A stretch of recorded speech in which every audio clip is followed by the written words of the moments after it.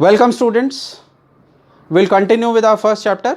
और आज का हमारा टॉपिक रहेगा objectives of management. Objectives of management में हमारा सबसे पहला ऑब्जेक्टिव है ऑर्गेनाइजेशनल ऑब्जेक्टिव। ऑर्गेनाइजेशनल ऑब्जेक्टिव में बेसिकली हम 3 पॉइंट्स कवर करेंगे: survival, profit and growth. So सबसे पहले हम बात करते हैं सर्वाइवल की। किसी भी ऑर्गेनाइजेशन के लिए ये कम से कम ये ज़रूरी है कि वो इस कट थ्रोट कंपटीशन में अपने आप को सरवाइव करे। सरवाइव करने से क्या मतलब है कि एटलीस्ट उसके जो खर्चे हो रहे हैं वो उसके पूरे होते रहें और वो मार्केट में बना रहे, उसका नाम बना रहे। ये बड़ा इम्पॉर्टेंट होता है, उसको हम बोलते हैं सर्वाइवल। सेकेंड में हमारा आता है प्रॉफिट। सर्वाइवल के बाद ऑर्गेनाइजेशन क्या सोचती है कि मैं प्रॉफिट्स कमाऊं, मेरी मार्केट शेयर बढ़े और मुझे ह्यूज प्रॉफिट्स हों। उसकी अलग स्ट्रैटेजीज अपनाई जाती है जो हम लेटर ऑन जब टॉपिक्स आएगा उसमें हम कवर करेंगे। और third one is growth. Growth का मतलब है कि जिस प्रोडक्ट में ऑर्गेनाइजेशन है उसका मार्केट शेयर कितना है और आपका मार्केट शेयर कितना है। फॉर एग्जाम्पल लेट से हम कंप्यूटर्स की लैपटॉप्स की बात करते हैं अगर, और लैपटॉप में अगर मार्केट शेयर बढ़ रहा है 65%, लेकिन आपका मार्केट शेयर बहुत कम है तो आपकी ग्रोथ नहीं होगी।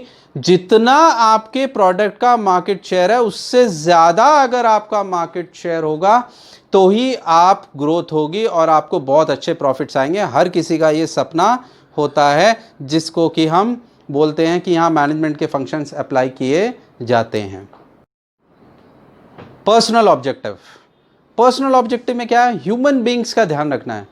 ह्यूमन बींग्स जो आपकी वर्कफोर्स है, जो आपके ऑर्गेनाइजेशन में काम कर रही है, उसमें सबसे पहला पॉइंट आता है हमारा competitive salary.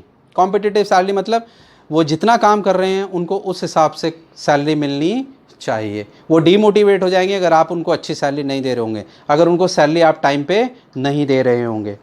Next comes personal growth and development. Personal growth and development में क्या होता है? एम्प्लॉय बहुत अच्छा होगा, क्वालिफिकेशन उसकी अच्छी होगी, लेकिन उसको काम करना नहीं आ रहा है। So basically what you have to do is you have to train him. उनको ट्रेनिंग देनी है। ट्रेनिंग एक नया कंसेप्ट है जिसमें हम वी इम्पार्ट स्किल्स। जो स्किल्स चाहिए वो काम करने के लिए वो आप उसको ट्रेनिंग के ज़रिए देते हैं। ये भी एक पर्सनल ऑब्जेक्टिव होता है। उससे क्या होगा? ऑर्गेनाइजेशन की इफेक्टिवनेस बढ़ेगी और उसकी अपनी पर्सनल ग्रोथ भी होगी। फिर आता है हमारा पीयर रिकग्निशन। पीयर रिकग्निशन मतलब जो आपके कोलीग्स हैं आप उन्हें वैल्यू रिगार्ड दें, वो आपको वैल्यू रिगार्ड दें, रिकग्नाइज करें, एक ग्रुप की तरह आप काम करें।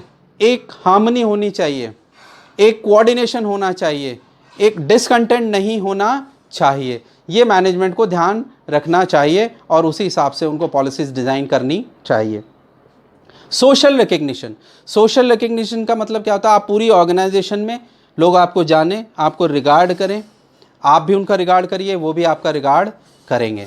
बिकॉज अगर आप ऐसा करेंगे it means you are contributing to the whole organisation. और ये सिर्फ एक डिपार्टमेंट की बात नहीं है, ये सारे डिपार्टमेंट्स की बात है, क्योंकि कई बार इंटर डिपार्टमेंटल काम भी बहुत पड़ते हैं जिसकी वजह से आपको एक दूसरे की हेल्प की ज़रूरत पड़ती है। Good and healthy working condition, this is very important. ये मैनेजमेंट की रिस्पॉन्सिबिलिटी है कि एम्प्लॉयज़ को एक अच्छी और हेल्दी वर्किंग कंडीशंस प्रोवाइड करानी चाहिए।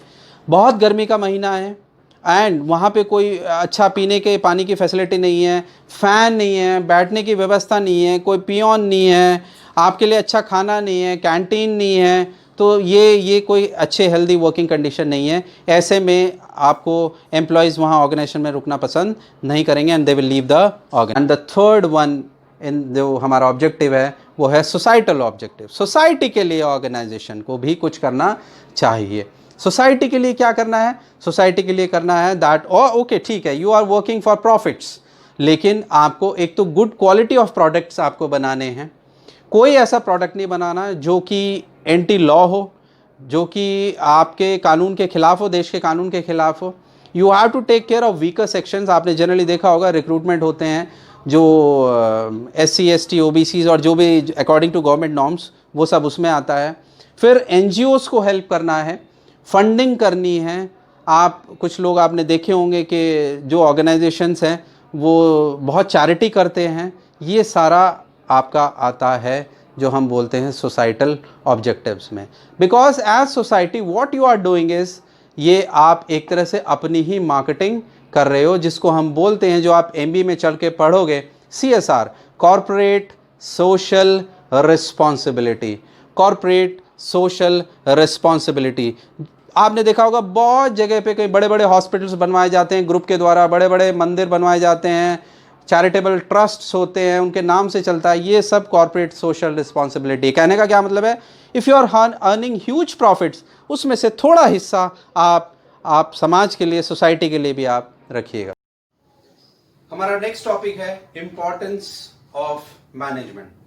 मैनेजमेंट अभी तक हमने जो स्टडी किया है, बहुत इंपॉर्टेंट रोल है उसका ऑर्गेनाइजेशन में भी और बाहर भी। सो उसमें हमारा सबसे पहला पॉइंट आता है, management helps in achieving group goals. Management का जो मेन रोल है, वो जो ग्रुप एफर्ट्स हैं, वो इंडिविजुअल एफर्ट्स और ग्रुप एफर्ट्स को सिंक्रोनाइज करके उनको गोल्स में और गोल्स अचीव करने में हमारी हेल्प करता है। और नेक्स्ट पॉइंट है हमारा, मैनेजमेंट इंप्रूव्स एफिशिएंसी। हम जब मैनेजमेंट के प्रिंसिपल्स लगाते हैं ऑर्गेनाइजेशन में, तो उससे हमारी एफिशिएंसी बढ़ती है। हमने पढ़ा था एफिशिएंसी, और हम किस तरह से हमारी एफिशिएंसी निकलती है कि हम टाइम से काम करें, कम से कम रिसोर्सेज में काम करें। मैनेजमेंट के कंसेप्ट्स, मैनेजमेंट के प्रिंसिपल्स उसमें बहुत हेल्पफुल होते हैं, क्योंकि मैनेजर प्लान करते हैं, मैनेजर कोऑर्डिनेट करते हैं, जो मैनेजर्स हैं वो स्टाफिंग, डायरेक्टिंग, कंट्रोलिंग, वो सारे फंक्शंस लगाते हैं, जिसकी वजह से एफिशिएंसी निकलती है। Management creates a dynamic organisation.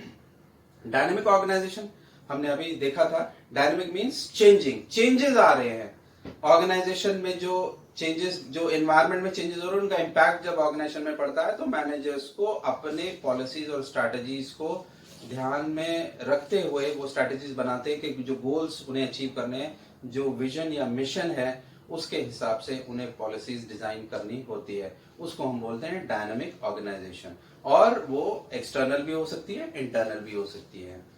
Next point हमारा है, management helps in achieving personal objective. जो एम्प्लॉयज काम करते हैं ऑर्गेनाइजेशन में, उनके पर्सनल ऑब्जेक्टिव में मैनेजमेंट हेल्पफुल होता है। कैसे?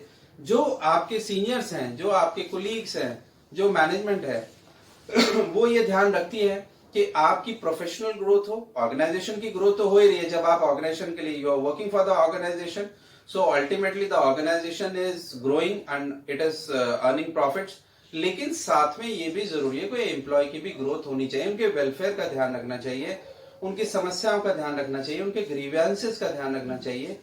और जो अच्छे बॉसेस होते हैं ऑर्गेनाइजेशन में, वो इस चीज का ध्यान रखते हैं, और जिससे कि आपके पर्सनल ऑब्जेक्टिव अचीव हो। बड़ी बड़ी ऑर्गेनाइजेशंस में जनरली काउंसलिंग सेशंस होते हैं, मेंटोर्स होते हैं।